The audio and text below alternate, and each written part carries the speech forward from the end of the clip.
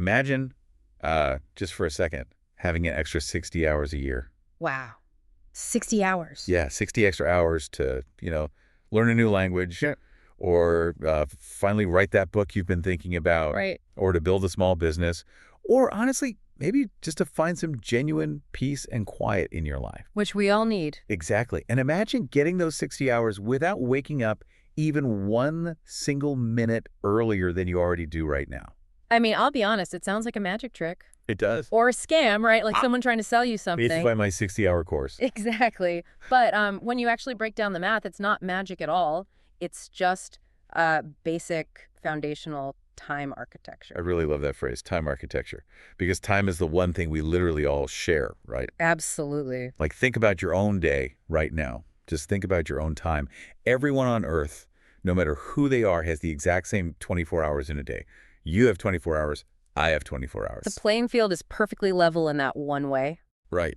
Yet we all know those people who just seem to, I don't know, conquer the world. Oh, yeah. We all know one. They learn these complex new skills. They start successful projects. They stay incredibly healthy. They seem incredibly calm all the time. Right. Well, the rest of us. While the rest of us, well, let's just be honest with ourselves. A lot of the time, we just feel totally rushed. Exhausted. Yeah, exhausted. We feel like we're constantly trying to catch up, like we're stressed out from the absolute moment our eyes open in the morning. Have you ever wondered what their secret actually is? It's the ultimate question, isn't it? Why does time feel so incredibly heavy and stressful for some of us, but so easy and expansive for others? Well, today we are going to explore a really beautiful answer to that question. So, welcome to today's deep dive. Yeah. We are so glad you are spending some of your valuable time with us today. We really are. Our mission today is to look very closely at a fascinating transcript. It comes from an educational audio source called The English Leap. Now, I should probably mention right away, this source was originally created for people who are learning English as a second language. Right. It's a language learning tool. Exactly. It's a guide to help them find the time to study their vocabulary and grammar. Mhm. But do not let that narrow focus fool you for a second. Yo, definitely not. The advice hidden inside this transcript contains some of the most profound, powerful, and practical wisdom for anyone, absolutely anyone who is trying to manage their daily life better. That is exactly right. You certainly don't need to be a language learner to use these tools. The lessons here, they are about human behavior. Yeah. They apply to all of us, no matter what our personal goals might be, whether you want to learn to code or cook or just relax. Right. And the source material introduces a core metaphor right at the very beginning, and it kind of frames our entire discussion today. I love this metaphor. Yeah, it says that a daily routine is not some kind of strict prison. It is simply a map for your day. Think about that word, a map. The source says that without a routine, you are essentially just lost in the woods. I really, really love that image. Think about what it actually feels like to be lost in the woods. Terrifying. Exactly. You're panicking. Your heart rate is up. You don't know north from south. And because you have no overall plan, you are forced to just react to whatever is immediately in front of you. Yeah, you're just surviving. Right. You hear a broken branch snap, you jump, you see a shadow, you run. You have absolutely no clear direction. You're just reacting. But the moment someone hands you a map, what happens? Your breathing slows down. Yeah, you calm down. The woods are still the exact same woods. The obstacles are still there. The bears might still be there. But the map gives you your direction back. It gives you your power back. Okay, let's unpack this. We're going to break down exactly how this source tells us to draw that map for ourselves. Step by step. Right. We are going to look at how to structure your mornings without feeling completely miserable. We're going to look at how to capture hidden, lost time during the middle of your busy day. Which is huge. And we are going to look at how to set up your evenings for absolute, effortless success. It really is a complete architecture for a successful day. So let's start at the very beginning, the morning.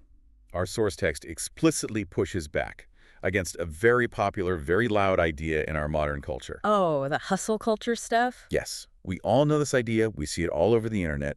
It's the myth of the perfect high-performance morning. Right. The internet tells us that to be successful, you absolutely must wake up at 4 o'clock in the morning. 4 a.m.? You must immediately run a 10-kilometer marathon. Right. In the dark. You must take a freezing cold ice bath. You basically must act like a billionaire tech CEO before the sun even comes up. And the source text actually kind of laughs at this idea. I'm glad it does. Yeah, it points out that for a normal person, someone with a normal job, maybe some kids, normal daily responsibilities, starting a routine like that is simply exhausting. It's impossible. It's completely unsustainable. You might do it for 2 days and then you crash. I have to ask you about this because it really bothers me. Why does our society love to glorify suffering in the morning? That's a great question. Like, we treat morning routines like they have to be an extreme sport.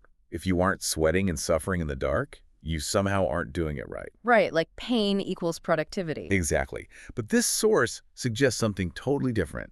It suggests your morning routine should actually feel more like a gentle, easy stretching exercise before a nice, calm walk. What's fascinating here is how the source focuses entirely on what is realistic for the human brain. Realistic, I like that word. Yeah. One of the speakers in the source transcript even openly admits to hitting their snooze button 3 times on a regular basis. Wow. They are honest. They are not presenting themselves as perfect robots. Let's pause on that phrase for a second. The snooze button. Yeah. The source actually highlights this as a key concept to understand. Yes. The snooze button. It's that little button on your alarm clock or your phone that gives you just a few more minutes of sleep when the alarm goes off. We all know it. We all love it. We do. But the source defines the snooze button as a psychological trap. It is the trap that starts the day off entirely wrong. Why is it such a trap? I mean, it feels so good in the moment to get 9 more minutes of sleep. Well, it feels good for exactly 1 second, but let's look at the biology of what is actually happening. Okay. When your alarm goes off, your body starts the process of waking up. It starts releasing hormones to get you moving, cortisol, adrenaline, things like that. Right. When you hit the snooze button and go back to sleep, you are confusing your brain. You are telling your brain, wait, no, go back into a deep sleep cycle. Oh, no. And then 9 minutes later, the alarm rips you out of that deep sleep again. Oh, wow. So you were essentially shocking your system over and over. Exactly. You are fragmenting your sleep, and physiologically, it makes you feel groggy for hours. But psychologically, it's even worse. How so? You are starting your day with a tiny failure. Ouch. Think about it. You made a plan to wake up at a certain time, and your very first action of the day was to break that promise to yourself. You are tearing up your map right at the beginning of the journey. That makes so much sense. You start the day by losing a battle with yourself. Exactly. So if we avoid the trap of the snooze button and we wake up gently when the alarm actually goes off, what is the next step? The source introduces a rule that is the foundation of the realistic, gentle morning. They call it digital silence. Digital silence. It sounds very peaceful, doesn't it? It does. I want some of that. The source gives a very strict, clear rule here. Do not check your phone for the first 30 minutes after you wake up, period. 30 minutes without looking at the phone. Honestly, that feels almost impossible for a lot of people today. It's basically a reflex now. Think about your own morning today, to whoever's listening. Did you reach for your phone before your feet even hit the floor? Most of us do. It does feel very hard at first, but the text explains the psychological reasoning behind this perfectly. Okay, let's hear it. When you look at your phone immediately after waking up, you instantly put your brain into what the source calls reactive mode. Reactive mode. Okay, let's slow down and really explain what that means. What is reactive mode? Well, think about what actually happens when you open your smartphone in the morning. What do you see? Usually a lot of notifications. Right. You open a news app and you see bad things happening in the world. Natural disasters, political arguments, economic stress. Yeah, it's never good news. Or you open your email, you see messages from your boss, you see problems you have to solve. Or you open social media and you see people arguing or people showing off their perfect lives, which just makes you feel inadequate. Right. You are hit with this massive wave of information. Exactly. And all of that information requires a reaction. You are reacting to the news. You are reacting to your boss's demands. You are reacting to your friends' photos. You are no longer in charge of your own thoughts. You're just a passenger. You are instantly answering to the outside world. And the source warns us this causes a massive spike in stress hormones, like cortisol, before you have even had a chance to eat your breakfast or brush your teeth. That is such a powerful way to frame it. You are stressing yourself out before your feet even touch the floor. Literally. You are literally inviting the chaos of the whole world into your quiet bedroom. That is precisely what it is. You are losing control of your map right at the start. Your brain is scrambling to process 100 different emergencies that have absolutely nothing to do with your actual morning. So if we are practicing digital silence, if we are absolutely not looking at our phones for the first 30 minutes, what does the source suggest we do instead? Good question. Like, do we just sit on the edge of the bed and stare blankly at the ceiling for half an hour? That sounds pretty boring. Not at all. The brain needs something to focus on, or it will just crave the phone even more. The dopamine craving is real. Right. So the source suggests replacing that phone time with a very small, very targeted habit. In their specific example, because they are an educational source, it is just 10 minutes of practice. 5 minutes. They suggest listening to a short story or repeating 5 new vocabulary words. Just 10 minutes. Just 10 minutes. So let's really do the math on that because the source points this out, and it is a massive realization. The math is incredible. If you practice a skill, any skill, for just 10 minutes a day, I mean, on a Tuesday, 10 minutes doesn't sound like much. It sounds almost pointless. Right. Why even bother, you might think. But 10 minutes a day becomes 70 minutes a week. Right. You have just found over an hour of self-improvement time every single week. And if we stretch that out over a whole year, that creates a massive amount of progress. Over 60 hours of dedicated, focused practice. 60 hours. 60 hours. That is a week and a half of a full-time job. Exactly. And where did those 60 hours come from? Thin air. They didn't come from waking up at 4 a.m. They didn't come from giving up your weekends. They came purely from the 10 minutes you saved by simply not looking at social media in bed. That is incredible. And what I really love about this approach is how it completely removes the pressure. Yes. You don't need to summon massive heroic motivation to do something for just 10 minutes. Anyone can do something for 10 minutes. You don't. And that leads us to another key concept the source highlights, the concept of habit. Habit. A simple word, but a very deep concept. The source defines a habit very clearly. It is doing something regularly without thinking about it. They use the comparison of brushing your teeth. Right. I don't wake up in the morning and give myself a motivational speech to brush my teeth. You don't pump yourself up in the mirror. No. I don't listen to intense music to get pumped up for toothpaste. I just walk into the bathroom and do it. Yeah. It is entirely automatic. And that is the goal of the 10-minute morning practice. The text notes that when a small action becomes a true automatic habit, it carries absolutely no mental burden. No mental weight. Exactly. You don't have to decide to do it. The decision is already made. The friction is completely gone. So, we wake up.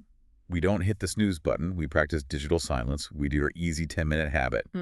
But if a good morning is not about running a marathon or taking an ice bath, what are the actual physical ingredients we need to get our bodies ready for the day? Because we do have bodies, right? Right. The source gives us a specific, incredibly simple formula for this. Yes. The source breaks a healthy morning down into what it calls the 3 pillars. The 3 pillars. Let's go through them one by one because they are wonderfully accessible. Pillar number 1, hydration. Hydration, drinking a big glass of water immediately after waking up. The source says this wakes up the body from the inside. That sounds almost painfully basic. Drink water. Well, let's look at the biology. You have just been asleep for 7 or 8 hours. Right. You have been breathing, sweating, and just existing without a single drop of water. You are waking up mildly dehydrated every single day. Exactly. And here's the trick. Dehydration often masquerades as fatigue. Oh, really? Yes. When you feel groggy and tired in the morning, your brain thinks, oh, I need more sleep or I need caffeine right now. But very often your body is just screaming, I need water. Wow. Water is the oil that lubricates the engine of your body. Drinking that big glass of water is the easiest, fastest way to signal to your organs that it is time to turn on. Okay, so that is pillar 1, hydration. Pillar number 2, movement. Movement. But notice the language the source uses here. It explicitly does not say go to the gym for 2 hours. Thank goodness. It does not say run until you can't breathe. It simply says stretch or walk for 5 minutes. Just 5 minutes of gentle movement. Again, very gentle. Why just 5 minutes? Because the goal is not to build massive muscles or burn 1,000 calories before breakfast. The goal is just to wake up your nervous system. Right. When you sleep, your blood flow slows down. Your muscles get stiff. 5 minutes of stretching simply pumps blood back into your limbs. It gets your lymphatic system moving. It clears out the physical cobwebs. It is a signal to your body, not a punishment. I love that. A signal, not a punishment. That brings us to pillar number 3, which honestly might be the most powerful one, mindset. Mindset. The source says that to start your day right, You should think of exactly one thing to achieve that day. Just one single thing. Here's where it gets really interesting, because this advice is almost shockingly simple. Drink a glass of water. Stretch your arms for 5 minutes. Pick one goal. I actually have an analogy for this whole three-pillar system. Let's hear it. It's like jump-starting a car. Oh, I like the sound of that. How do you mean? Well, think about when a car battery is totally dead in the middle of winter. The car won't start. You don't need to rebuild the entire engine to get it moving again. Yeah. You don't need a team of mechanics. You just need a few very basic elements in the right order. First, you need a little bit of fuel in the tank. That is the water, the hydration. Okay. Second, you need a spark of electricity from the jumper cables. That is the 5 minutes of movement.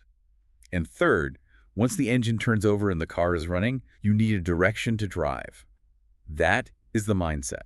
The one goal: fuel, spark, direction. That is a brilliant way to look at it. You are not rebuilding your life every morning. You are just providing the fuel, the spark, and the direction. Exactly. I really want to expand on the psychological relief found in that third pillar, the mindset of picking just one thing. Please do. Because honestly, picking just one thing feels a little bit strange, maybe even irresponsible, when my daily to-do list usually has about 50 things on it. Right. I have emails to answer, groceries to buy, meetings to attend, bills to pay. How can I just pick one? And that 50-item list is exactly the problem. Usually we wake up and immediately our brain generates a terrifying, endless to-do list. It really is terrifying. We think of all the chores, the deadlines, the family obligations. It is a massive mountain of pressure. And psychologically, when we face a mountain of tasks, we experience decision paralysis. Decision paralysis. Yeah, Where you have so much to do that you end up doing nothing at all. precisely. It is overwhelming. You feel defeated before you even start. You look at the 50 things and you just want to go back to bed. Yeah. But the source strongly advocates for choosing just one achievable thing as your primary goal. Why does narrowing it down to one thing work so well for the human brain? Because it prevents that lost in the woods panic we talked about earlier. If you have 50 equal goals, you have no clear path. You don't know where to step first. You're just spinning in circles. But if you have one primary goal, let's say it's just finish the monthly report or even just cook a healthy dinner, you have a very clear map for the day. You have a true north. And here is the psychological magic of it. Even if the rest of your day is complete chaos, even if the dog gets sick and your car breaks down, if you achieve that one primary thing, your brain registers the entire day as a success. Wow. It protects your mental energy and gives you a deep sense of control. That is so freeing. I want you to really think about this right now. Think about these three pillars.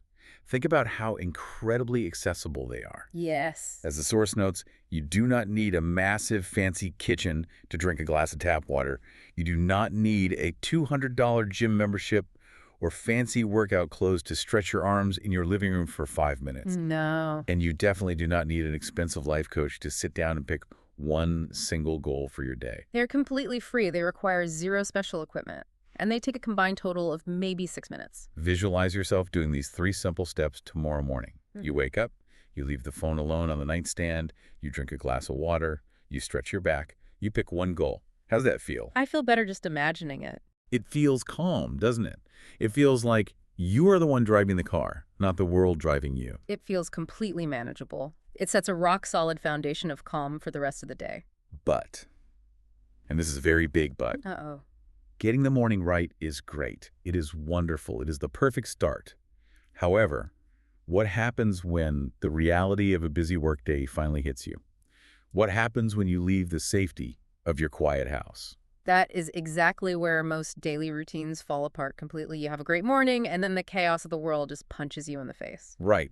So let's shift gears and analyze how the source text tackles the reality in the middle of the day. Because they tackle the classic excuse. Oh, the biggest excuse. The excuse you use, the excuse I use, the excuse we all use to avoid our goals. I am too busy. The source addresses the reality of a normal life head on here. It acknowledges that people have 8-hour workdays. It mentions the reality of having family obligations like taking care of children, commuting in traffic, and doing chores. Real life. Right. And then it presents a truth that is a little bit harsh, but also incredibly empowering. The text states a very clear rule. Yeah. You don't find time. You make time. Yes. Let's pause and really think about that phrase. You don't find time. You make time. Time is not a lost set of keys hiding in your couch cushions. Right. You cannot just look around and miraculously find an extra hour lying on the floor. You have to actively, intentionally create it. And the obvious question is, how do you create it when your day is already packed full? Right. If I'm already working 8 hours and parenting for 4 hours, where is the time? The source introduces a brilliant, highly effective concept to answer this. It calls it dead time. Dead time. I absolutely love this part of the source transcript. Mm. When I first read the phrase, I thought, dead time. That sounds like a horror movie. It does sound a bit grim. But it is actually a wonderful, life-changing idea. The source defines dead time very clearly. It is any period of time during your day when your body is busy doing a physical task, but your brain is essentially free. Your body is busy, but your brain is free. Let's give some real-world examples from the text so we can really picture this. The source lists several common examples: washing the dishes after dinner, walking the dog around the block, or sitting on the bus or the train during a commute. These are moments we all experience every single day. Your hands are moving the sponge over the plates, your feet are walking down the sidewalk, but your mind, Your mind is somewhere else. your mind is just wandering. It's usually worrying about the past or stressing about the future. Exactly. It is entirely unused cognitive potential. It is time that is ticking by anyway. But I have to push back here. I have to challenge this idea a little bit because I think a lot of people might feel this way. Sure, go ahead. Isn't it okay to just let our minds rest sometimes? Let's say I am on my commute. Do I always have to be productive? Do I always have to be hustling and learning something new? Sometimes just staring out the window on the bus and zoning out feels quite nice. It feels necessary for my sanity. That is a very valid point. And if we connect this to the bigger picture of mental health, we can understand the source's true intent here. Okay. The source is absolutely not telling you to burn yourself out. Yeah. It is not saying you must be a relentless machine that works and studies every single second of the day until you collapse. Rest is vital. Okay, then what exactly is it saying? How is this different from toxic hustle culture? It is about intentionality. It is about reclaiming lost hours for your own personal goals. Intentionality. Think about it this way. You are already forced to sit on that bus for 45 minutes. You are already forced to stand at the sink and wash those dishes. You have to do those chores anyway. Right, the dishes won't wash themselves. The source is suggesting that if you want to learn a skill or improve your life, you don't need to sacrifice your limited free time on Saturday. You can use that dead time to do something for you. Now, if your active goal is to practice mindfulness and rest your brain, then stare out the window, but do it intentionally. The problem is most of us aren't resting during dead time. We are just scrolling social media or ruminating on our anxiety. Oh, I see the distinction. It is not about doing more work for your boss or exhausting yourself.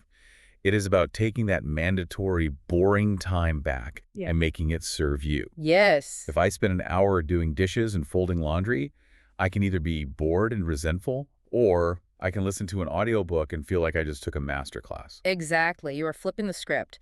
The source describes a fantastic real-life example of this. One of the speakers in the transcript talks about their commute. The commute, let's highlight that word, as the source points it out. Yes, commute. The journey you take back and forth to work or school every day. For most people, the commute is a source of pure misery. It really is. It is traffic, it is crowded trains, it is wasted life. But the speaker in the source transcript changed how they viewed it. They talk about turning their car commute into a mobile classroom. A mobile classroom. Every single time they drove to work, or even just drove to the supermarket, they listened to language lessons. They literally learned a second language just by using the time they were forced to spend sitting in traffic anyway. I love that reframe. That completely changes how you look at traffic. It does. Suddenly, sitting at a red light in your car is not a frustrating waste of time. It is a few more minutes of personal growth time. It is time you are investing in yourself. And that leads right into the source's highly practical breakdown of how to structure a day. It suggests a daily schedule based on a concept called layering habits. Layering habits. Let's explain that. This means taking a brand new habit you want to build and physically putting it on top of something you already do automatically every day. You stack them together. Right. You don't create a new block of time. You just use an existing one. So the source gives a breakdown of a typical day. Let's walk through it and show how layering works in practice. Let's do it. We start with breakfast. We all eat breakfast, or at least drink coffee. So the habit is already there. You are sitting at the table. The source suggests layering on a learning habit. Listen to audio news or a smart podcast while you eat.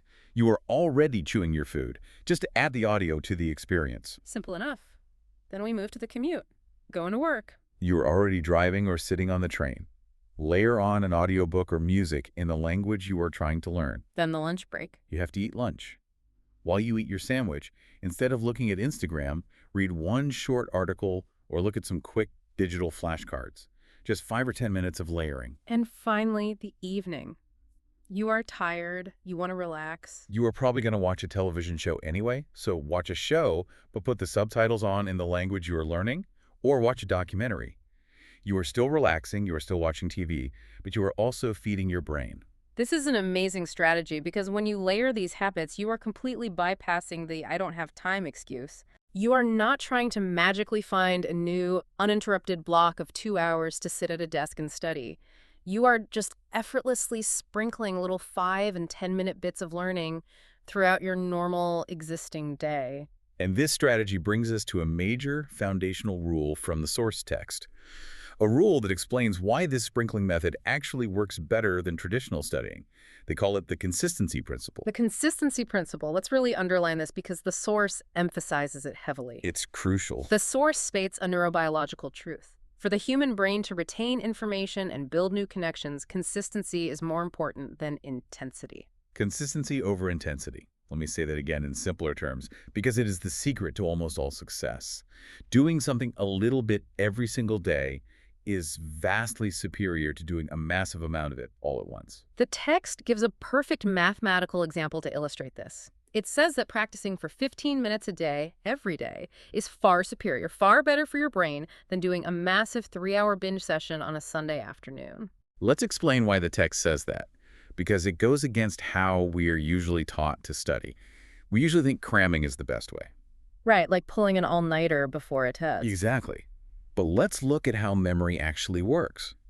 If you sit down and study a language for 3 exhausting hours on Sunday, you will feel very productive. Very proud of yourself. But then you go to work on Monday, Tuesday, Wednesday, and you don't look at it again. What happens? Your brain starts to delete the information. Exactly. It is called the forgetting curve. By Wednesday, the knowledge is fading fast. By Saturday, it is almost entirely gone. Your brain just tosses it out. Your brain assumes that because you haven't used the information in 6 days, it must not be important, so it throws it away to make room for other things, like remembering where you parked your car. But if you use the layering method, if you do 15 minutes on the morning commute on Monday, 15 minutes doing dishes on Tuesday, 15 minutes at lunch on Wednesday, what is the brain doing then? Your brain is constantly receiving a tiny spark. It says, oh, we see this information on Monday. Oh, we're seeing it again on Tuesday and again on Wednesday. Wow, this information keeps showing up. It must be vital for our survival. I will build strong neural pathways to remember it permanently. You are sending a constant daily signal to your brain that this matters. That is why capturing that dead time is so incredibly valuable. It gives you those small, low-pressure 15-minute blocks to build that magical consistency. Exactly. Consistency is the engine of progress. Intensity just burns you out. It really does. Okay, let's take a breath and review our map so far. We have fixed the morning by avoiding the snooze button, staying off our phones, and using the 3 pillars. Check. We have rescued our dead time during the middle of the day by creatively layering our habits. We are being beautifully consistent. Check. But to have the actual physical and mental energy to do all of this, to have the energy to layer habits and stay consistent day after day, how you end your day is critical. It is absolutely critical. It is the missing piece of the puzzle. You cannot possibly have a calm, successful morning if you have a chaotic, terrible night. And that leads us to the final major concept from the source text, the evening routine. According to our source, a good morning doesn't actually start when your alarm goes off. No. A good morning actually starts the night before. The source makes a very strong, very logical argument here. Mm-hmm. It argues that going to bed late, scrolling on your phone, and leaving your room messy guarantees a disastrous morning. It guarantees a disaster. Why? Mm. Because think about the reality of waking up in that environment. You wake up exhausted because you slept poorly. And the very first thing your eyes see is visual chaos. Right. There are clothes thrown on the floor. There are papers everywhere. You can't find your keys. You're already behind schedule. Your brain is instantly overwhelmed. The friction of just getting out the door is massive. So the solution provided in the text is what they call a success evening routine. A success evening routine. And the entire philosophy of this routine is based on one incredibly simple, powerful psychological principle: deciding less. Deciding less. I love this concept. Let's dive deep into why deciding less is so important. Hmm. As humans, our brains have to make thousands upon thousands of decisions every single day. Thousands. What to wear, what to eat, how to answer an email, which lane to drive in. It never stops. Right. And every single one of those decisions, even the tiny ones, burns a tiny bit of cognitive energy. It is a well-documented psychological phenomenon called decision fatigue. Decision fatigue. Your brain is like a battery. In the morning, the battery is full, you make great choices, but by the time it is 10 or 11 o'clock at night, that battery is completely drained. Your brain is fried. So if we wake up in the morning with a full battery, we shouldn't waste that precious morning energy making stupid low-level decisions like what shirt to wear or where our shoes are. We should make those choices tonight for tomorrow. Exactly. That is the essence of deciding less. The source suggests taking 5 minutes at night to choose your clothes for the next day and lay them out. Pack your work bag or your gym bag and put it by the door. You are entirely removing those decisions from tomorrow morning's plate. When you wake up, the path is already clear. You don't have to think, you just have to do. I want to break down the specific behavioral science term that the text uses here because it is the secret to building any routine. The text uses the phrase reducing friction. Reducing friction. So what does friction actually mean in the context of human behavior? Think of friction as any physical or mental obstacle that makes an action difficult to perform. It is resistance. The golden rule in behavioral science, which the text perfectly highlights, is this: if you want to do something, you must make good habits incredibly easy, and you must make bad habits incredibly hard. Make good habits easy. Make bad habits hard. Give us the specific example the source text uses to illustrate this, because it's a really great visual. The source uses the example of wanting to read a book in the morning.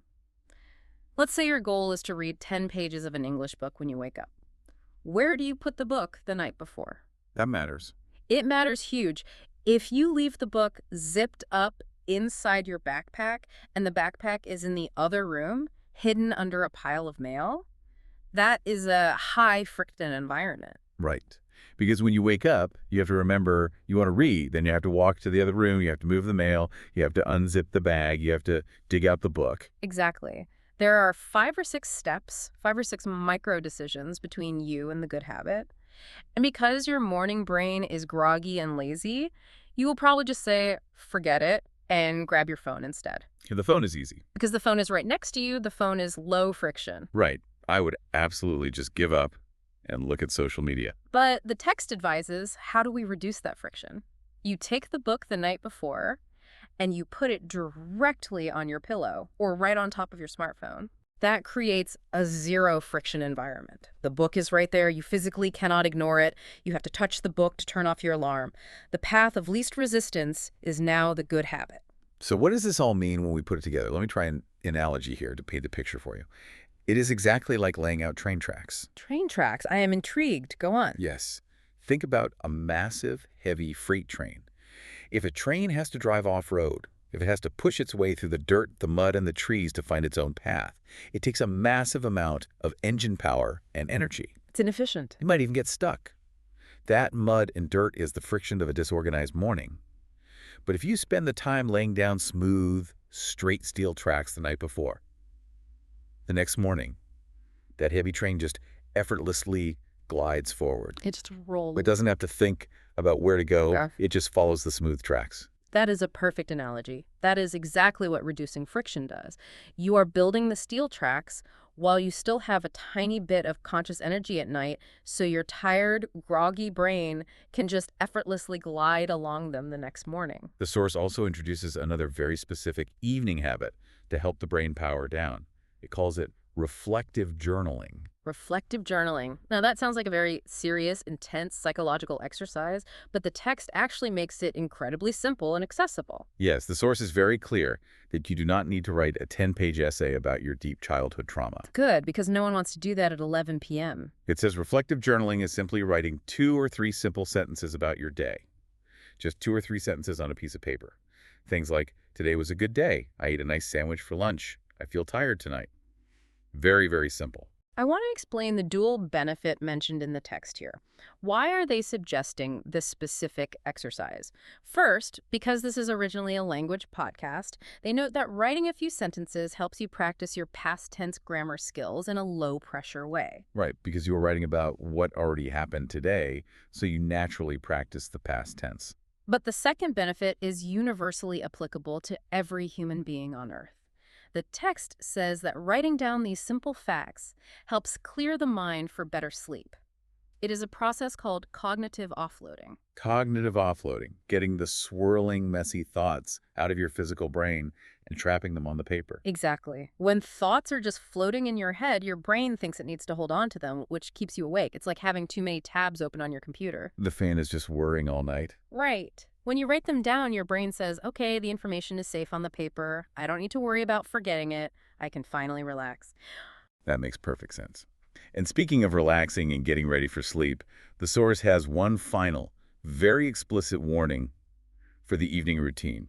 And it brings us right back to where we started our morning. Yes, sleep hygiene and technology. The text explicitly warns against exposing your eyes to blue light from phone screens or tablets for at least 30 minutes before you go to bed. We talked about the rule of no phones for 30 minutes in the morning to prevent reactive stress. Now, the bookend to the day is no phones for 30 minutes before bed to protect your physical sleep. Let's explain why blue light is so bad, because we hear about it all the time. But what is actually happening in the body? The source explains that the blue light emitted by our bright screens directly interferes with our biology. Human bodies evolved to wake up with the blue light of the morning sun and go to sleep when it gets dark. That's our natural rhythm. When you stare at a bright phone in a dark room at 11 p.m., that blue light enters your eyes and tells your brain, hey, the sun is up, it is daytime, wake up. It completely suppresses the release of melatonin, which is the hormone that makes you feel sleepy. You are literally tricking your brain into jet lag. So you are physically fighting your own body's attempt to sleep. No wonder we are all so tired all the time. Exactly. So if we can't do the one thing we all love doing, scrolling through social media in bed, what is the alternative? What should we do for those 30 minutes? The text advises reading a physical paper book, or if you don't want to read, listening to a calm audio podcast or an audiobook. The key is to engage with things that do not shine a bright, artificial light directly into your retinas. Okay, this has been an incredibly rich journey. We have covered the gentle morning pillars. We have learned how to rescue the dead time during our day. We have laid down our train tracks for a smooth evening. A complete architecture. Now, before we bring this deep dive to a close, the source text does something really helpful. Because it is an educational transcript at its heart, it has a special section where it highlights 5 exact vocabulary words we should remember. Yes, these words perfectly summarize the entire architecture of the day we just built. Let's review these 5 key vocabulary words that were explicitly defined in the source as a way to recap everything we've learned. We want to make sure you walk away with the precise concepts firmly in your mind. Word number 1, which we discussed right at the start. Snooze button. Snooze button. The source defines this as the psychological trap that starts the day off wrong. It is the button that promises rest, but actually delivers fragmented sleep and starts your day with a tiny failure. By avoiding the snooze button, you protect the map of your day right from minute 1. Word number 2, habit. Habit. The text defines this as doing something regularly without needing to think about it or force yourself to do it, like brushing your teeth or placing the book on your pillow. The ultimate goal of this entire routine is to turn difficult actions into automatic, effortless habits. Word number 3, commute. Commute. This is the journey you have to take back and forth to work or school. And as the source taught us, we need to stop viewing the commute as wasted time and start viewing it as our prime dead time. It is your new mobile classroom. Word number 4, perhaps the most important word of all. Consistency. Consistency. Doing something the same way over a long period of time. The source explicitly calls this the true secret to success.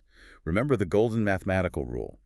15 minutes of gentle effort every single day is vastly better for your brain than 3 hours of stressful cramming once a week. And the final word, word number 5, game changer. Game changer. The text defines this as a new idea or action that completely changes a situation in a massive, positive way. A true paradigm shift. I love that word. I want to take this concept of the game changer and connect it directly to you. Think about everything we have discussed, everything we have unpacked from this source today. Which of these simple tips could be a game changer for your own daily life? Think about it. Is it practicing digital silence and leaving the phone alone in the morning? Is it using your boring commute as a mobile classroom to learn a new skill? Is it reducing morning friction by simply laying out your clothes tonight? Find your personal game changer. It doesn't need to be all of them. Even one small change in friction can completely alter the direction of your entire day. Let's do a quick final recap of the journey we took through this text. We started with the mission to understand how a daily routine acts as a map, keeping us from panicking and getting lost in the woods of modern life. We learned to entirely reject the extreme, punishing hustle culture morning routines. Instead, we explored the gentle power of adopting digital silence, protecting our fragile morning brains from reactive stress and cortisol spikes for just the first 30 minutes. We looked at the three simple physical pillars of a morning: hydration to wake up the dehydrated organs, a short 5 minutes of movement to provide a spark to the nervous system, and a mindset focused on achieving just one single clear goal to defeat decision paralysis. We moved into the middle of the busy day and learned how to rescue our dead time. We realized the harsh truth that we do not find time, we must actively make time. We learned to layer new habits on top of old ones, using the power of consistency over intensity to make real, lasting progress. And finally, we looked at the night before, the success evening routine, the power of deciding less, laying down the smooth steel tracks by reducing friction, clearing our anxious minds with a few simple sentences in a journal, and putting away the blue light so our bodies can actually produce melatonin and sleep. It is a complete, beautiful, continuous cycle. The source text leaves us with an explicit challenge at the very end, and I want to relay that challenge directly to you right now. The text says, don't try to change your whole life at once. Just pick one small thing. Just one thing that is so important. Do not overwhelm yourself tonight by trying to implement 20 new rules. You will just create more friction. Pick one single thing we talked about today. Maybe just put a glass of water by your bed tonight. Start there. Oh, and a quick reminder, the source mentions they offer a free daily routine tracker PDF on their website to help you stay consistent. It is a really nice tool if you are a visual person who likes checking boxes and tracking your new habits on paper. Visual tracking can be highly motivating when you are in the early stages of building consistency. Seeing those check marks row after row sends a great dopamine signal to the brain. As we finally wrap up this deep dive. You know, this whole conversation raises an important question. Oh, what are you thinking? Go ahead. We have spent all this time today talking about structure. We've talked about rules, tracking, mapping, and planning. The source frames routines as a way to map out your 24 hours. Right. And on the surface, to a lot of people, that sounds like you are just boxing yourself in. It sounds rigid, but consider this. What if strict routines do not actually box you in at all? What do you mean? It sounds like the definition of a box. Think about the decision fatigue we discussed during the evening routine. The exhaustion of constantly choosing what to do next. What if, by automating all these tiny, annoying daily choices, what clothes to wear, when to read, when to drink water, when to study a routine, actually frees up a massive amount of mental space? Oh, I see. What if a routine is not a prison cell, but the exact tool that gives you a deeper sense of ultimate freedom? Because if you don't have to worry about the basic mechanics of your day, your brain is finally free to think about big, creative, wonderful things. Wow. By putting the small things on autopilot, you free up the engine to fly. A map does not trap you in the woods. A map is the tool that lets you explore the woods without fear. Exactly. That is a truly beautiful thought, and I think that is something wonderful for you to ponder tonight as you prepare for tomorrow morning. Thank you so much for joining us on this deep dive. We hope you found the beginnings of your own map today. It has been an absolute pleasure exploring this with you. Good luck with your new habits, whatever they may be. Start small, stay consistent, and we will see you next time.